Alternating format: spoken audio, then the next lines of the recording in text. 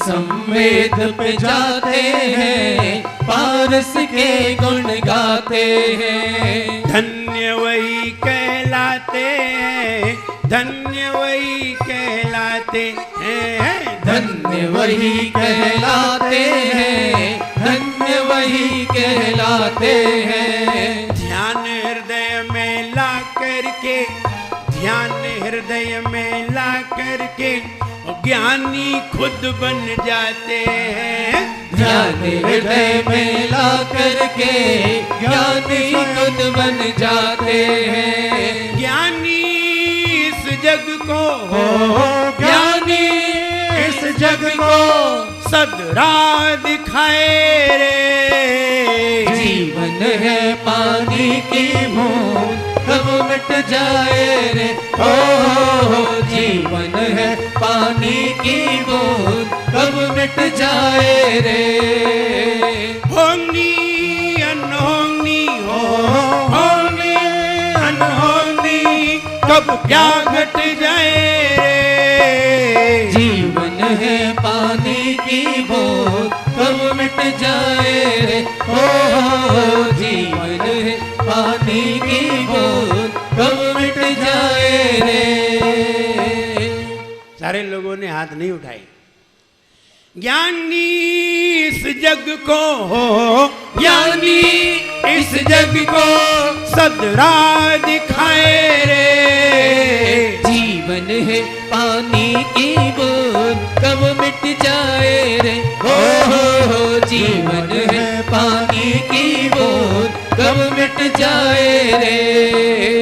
होंगी अनहोंगी हो, होंगी अनहोंगी कब क्या घट जाए रे। जीवन है पानी की बूंद कब मिट जाए रे, ओ जीवन है पानी की बूंद कब मिट जाए रे। कभी कभी हमारे जीवन में ऐसा दिन आया करता है जब हम कभी भगवान के गुणगान गाते हैं और भगवान के गुणगान गाते गाते लाडू चढ़ाते हैं। लाडू रोज नहीं चढ़ाते, गुणगान तो रोज गाते हैं। उदक चंदन तंदुल पुष्प गई रोज गाते हैं और भी पूजन रोज गाते हैं, लाडू रोज नहीं चढ़ाते। इसलिए तुम्हारी थाली में भी लाडू रोज आते भी नहीं है। चढ़ाते चढ़ाते तो आते, कभी कभी चढ़ाते हो इसलिए कभी कभी आ जाते। रोज चढ़ाते तो रोज आते, लेकिन रोज कहाँ चढ़ाते हैं, ध्यान ही नहीं रहता है कि लाडू बनाना है। आज देखिए कितने रंग बिरंगे लाडू बन के आए, अलग अलग कलर के लाडू बन के आए। जैसे भगवान वैसे ही लाडू, जैसे रंग के भगवान वैसे ही रंग के लाडू लेकर के आए। आप ये विचार करिए आखिरकार निर्वाण के दिन लाडू ही क्यों चढ़ाया गया, दीपक क्यों नहीं जलाया गया, क्या जरूरत थी लाडू चढ़ाने की। ये तो बात अलग है, अलग अलग जगह अलग अलग परंपराएं हैं, अलग अलग प्रथाएं हैं। कहीं शक्कर का लाडू बनाते हैं तो कहीं बूंदी का लाडू बनाते हैं, कहीं आटे का लाडू बनाते हैं। हमने यहां भी देख लिया आटे का लाडू, वो क्या बोलते हैं चूरमा जैसे, आटे के भी लाडू बनाते हैं। अरे जिसको जो लड्डू बनाने हैं बनाइए, इसमें कोई बाधा नहीं है कि लाडू शक्कर का ही होना चाहिए, लाडू किसी का भी होना चाहिए, बस अच्छा लगना चाहिए और अच्छा लगा है वही चढ़ाना चाहिए। क्योंकि पढ़ते हैं लोचन सुरसना ग्रहण उर उत्साह के करता रहे, लोचन सुरसना ग्रहण उर उत्साह के करता रहे। विचार देखिए क्या लिख रहे हैं उसमें, लोचन सुरसना, लोचन माने आंखें, रसना माने मुंह, घ्राण माने नाक और माने हृदय। अरे वो चीज चढ़ाइए भगवान के चरणों में जिसको देख करके आंखें भी प्रसन्न हो जाएं और मुंह भी प्रसन्न हो जाए और मन भी प्रसन्न हो जाए, सारी इंद्रियां इतनी प्रमुदित हो जाएं कि पूजन में आनंद आ जाए। तो यहाँ वो लड्डू चढ़ाने के लिए तैयार हुए। विचार ये करिए लड्डू ही क्यों चढ़ाया गया, ये विचार करने योग्य। और इस विचार पे एक तर्क है कि भगवान जब सिद्ध हुए और यहां से गए, जब यहां पर थे तब 4 अघातिया कर्म उनके अंदर पड़े हुए थे। 4 अघातिया कर्म के कारण उन्हें संसार में रहना पड़ा था।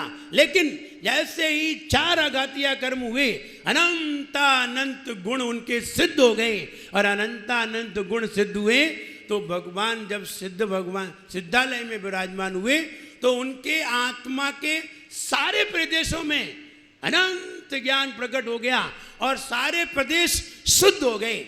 अघातिया कर्मों में सारे प्रदेश शुद्ध नहीं हुए थे, क्योंकि 4 अघातिया कर्म लगे हुए थे।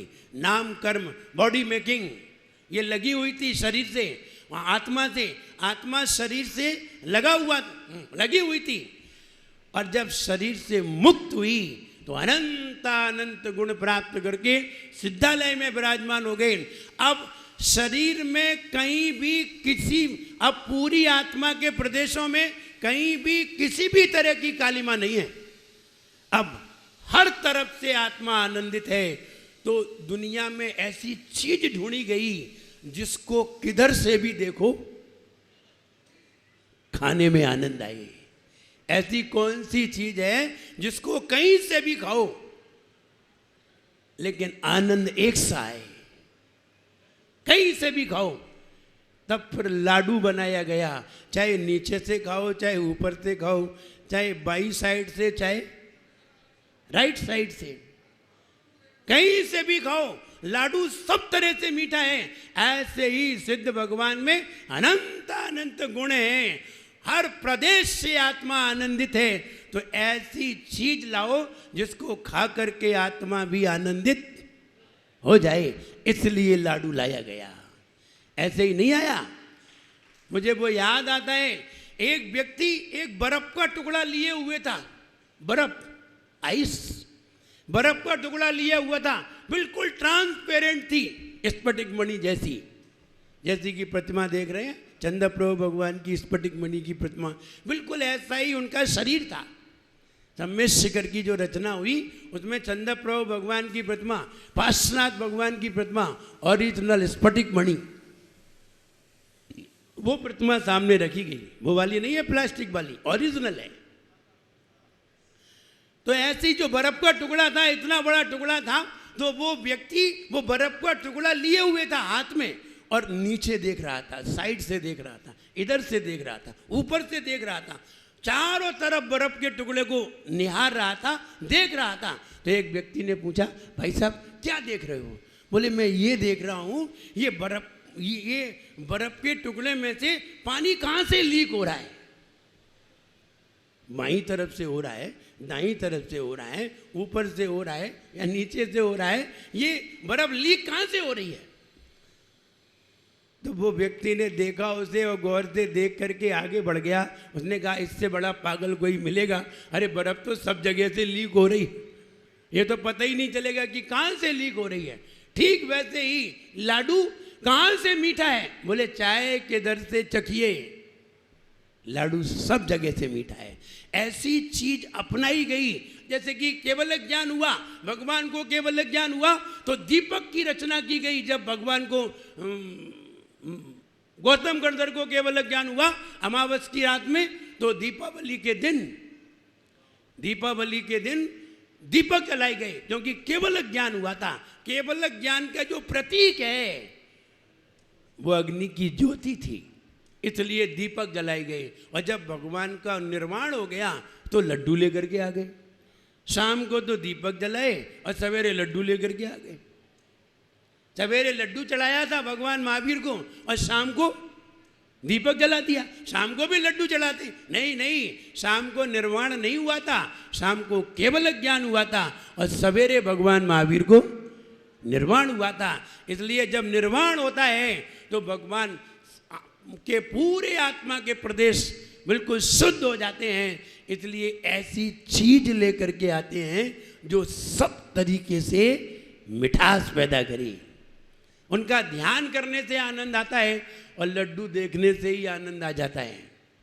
खाने से तो बात अलग है, खाने में तो आता ही है, देखने से ही आनंद आ जाता है। कई चीजें हैं इनको देख करके ही आनंद आ जाता है, और प्राप्त करें तो वो व्यक्ति खुद ही आनंदित हो जाता है। इसलिए आज पार्श्वनाथ भगवान का निर्वाण दिवस था। पार्श्वनाथ भगवान ने शिखर जी से निर्वाण को प्राप्त किया, और आज के दिन हम वहाँ लाडू चढ़ाने जाते हैं। यहाँ भी शिखर जी की एक संरचना की गई, और हमारे भिंड से निक्की और अंकुश दोनों जन वहाँ से आए। 5 दिन से तैयारी कर रहे थे, 5 दिन से खूब मेहनत कर रहे थे। हम कहें कि उनकी मेहनत बहुत सराहनीय रही, और सब लोगों ने उस शिखर जी की संरचना को, काल्पनिक शिखर जी की संरचना को देखा तो, और देख करके भले ही इसमें कोई सा भी द्रव्य लगा हो, लेकिन देख करके शिखर जी की याद जरूर आ जाती है। बादल भी उमड़ने लगे होंगे, बादल भी उमड़े और शीतल नाला भी हो गया, तो वहाँ बारिश भी आ रही है, बाहर बारिश आ रही है, ऊपर से बारिश आ रही है। तो कहने का मतलब एक तो एक मौसम है, लेकिन उसको देख करके शिखर जी का स्मरण तो आ ही जाता है। हम घर पे कोई भगवान का चित्र लगाते हैं, हम घर पे कोई गुरु महाराज का चित्र लगाते हैं। उनको चित्र लगाने का मतलब यही है कि उनको देख करके हमें भगवान का स्मरण तो आ ही जाता है। और हम ये कहें अपने घर का वास्तु दोष खत्म करना है, तो सबसे पहले आप जैसे ही अपने घर में एंट्री करते हैं, जिस दरवाजे से एंट्री करते हैं, उस दरवाजे पर 2 चित्र होना चाहिए। नंबर 1 तीर्थंकर भगवान का, तीर्थंकर भगवान का तुम्हारे दरवाजे पर ही चित्र होना चाहिए। जैसे ही कोई व्यक्ति प्रवेश करे, सामने भगवान दिखे और उसका सर अपने आप ही झुक जाए, उसको अपने आप ही तीर्थंकर भगवान याद आ जाए। अथवा कोई मुनिराज का, गुरुदेव का, वे आचार्य महाराज का, गुरुओं का एक चित्र भगवान का, एक चित्र गुरु का, 2 चित्र तुम्हारे घर के द्वार पर होना ही चाहिए। जैसे ही कोई व्यक्ति प्रवेश करेगा, वो अपने आप समझ जाएगा ये जैन परिवार है, ये पहचान है। और दूसरी है, हमारे द्वार पर जय जिनेन्द्र की नेम प्लेट लगी हो, वो अलग बात है, लेकिन इससे कई दोष खत्म हो जाते हैं। इसलिए सबसे कहना है, एक अपने द्वार पर जैसे ही एंट्री हो, एक भगवान का, एक गुरु का चित्र जरूर होना चाहिए। कहने का मतलब आज के दिन पार्श्वनाथ भगवान ने निर्वाण को प्राप्त किया, हम उनका गुणगान करते हैं। कई महिलाएं, ये बालिकाएं रखती हैं, बालिकाएं मुकुट सप्तमी का व्रत करती हैं। बालिकाएं 7 वर्ष तक मुकुट सप्तमी का व्रत करती हैं, और कई महिलाएं भी करती हैं। जिनको जो करना है, ऐसा नहीं है पुरुष नहीं कर सकते, पुरुष भी कर सकते हैं, लेकिन अब करते नहीं है तो क्या करें, करना चाहिए। व्रत तो कोई भी कर सकता है, लेकिन महिलाएं व्रत ज़्यादा करती हैं। वो एक बार हमने एक बात सुनी थी, जब एक व्यक्ति ने करवा चौथ थी, और करवा चौथ के दिन उस व्यक्ति ने कहा, ये महिलाएं हैं जो व्रत रख लेती हैं, व्रत रख लेती हैं तो हमें मरने नहीं देती, और व्रत रख करके हमें, महिलाएं बहुत खतरनाक होती हैं। वो कह रहा था, एक व्यक्ति कह रहा था, व्रत लग लेती हैं तो व्रत से तो हमारी उम्र बढ़ा देती हैं, जल्दी मरने नहीं देती, और साथ में रहती हैं तो वो ऐसा कह रहा था। हमने कहा तुम लोग भुक्तभोगी हो, तुम लोग अनुभवी हो, हमें तो इस बात का अनुभव है ही नहीं कि कौन जीने देता है, कौन जीने नहीं देता है। तो पार्श्वनाथ भगवान ने आज के दिन निर्वाण को प्राप्त किया। कई लोग शिखर जी जाकर के लाडू चढ़ाते हैं, कई लोग शिखर जी की भावना भा करके यहीं से ये समझते हैं कि हमने पार्श्वनाथ भगवान के चरणों में लाडू को समर्पित किया है। ऐसी भावना करते हैं, और ऐसी भावना करके लाडू चढ़ाते हैं। आज के दिन ही हमारे संघ में 5 माताजियों की दीक्षा हुई थी। आज के दिन 5 माताजियों की दीक्षा हुई। उस दिन भी बहुत बड़ा उत्सव था, बहुत बड़ा उत्सव था बांसवाड़ा में। तो 5 माताजियों ने आर्य का पद को धारण किया था। आर्य पद को धारण किया था। सब अपनी अपनी बात बताने आते हैं। हमारे ब्रह्मचारी जी आए, बोले हम भी वहाँ थे और इनके साथ कम से कम 100 विद्वान थे जो देखने वाले थे कि महाराज दीक्षा होने वाली है और दीक्षा हो रही है। बहुत बड़ा कार्यक्रम था और वहाँ माता जियों ने दीक्षा धारण की। लेकिन ये देखिए सबसे बढ़िया बात, जैसे ही दीक्षा धारण की, 13 तारीख को दीक्षा धारण की और थोड़े दिन बाद ही उसी सन में शिखर जी की यात्रा करने के लिए चले। बांसवाड़ा से शिखर जी 2000 किलोमीटर शिखर जी की यात्रा करने गए और सभी माता जियों ने 108 वंदना की। सब माता जियों ने 108 वंदना। हमने कहा तुम्हें जितनी करना है कर लो। दोबारा आ पाए या?